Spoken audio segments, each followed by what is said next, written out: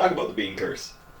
Bean curse ain't real. The bean curse was a brutal, violent thing. Bean curse ain't real. Jay denies the bean curse a lot. You know, the beans didn't curse us. If we're cursed, something else altogether. This is the life of the cursed. Couldn't tell you. But the bean curse, fabricated.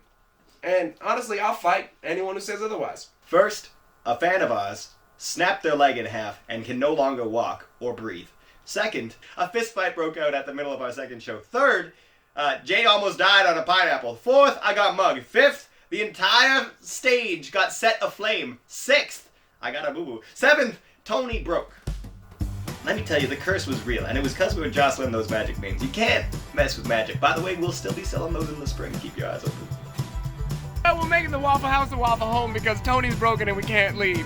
So... What do you mean Tony's broken and we can't leave? Join our Patreon. Okay, it's not that Tony can't leave, it's that he's making sounds like this. Cut to the sound that it made. I love Tony deeply, and I don't want to hear that sound out of Tony ever. Anyways, you think if I just changed the tire? I can change the tire. I know how to do that. If I change the tire, the belt won't snap, right? What happens if the belt snaps while we're on the road? Oh, it contorts the engine and crushes us, and we crash and die. Like straight up, if the belt snaps while we're driving, we are in the most trouble possible. Tony's a broke boy, just like me. Tony is one of those bands that one day you're just gonna turn him on and he won't work. Tony is an old friend of mine who is just so incredibly unreliable. Because if Tony breaks, I'm gonna be honest with you, we're not touring anymore.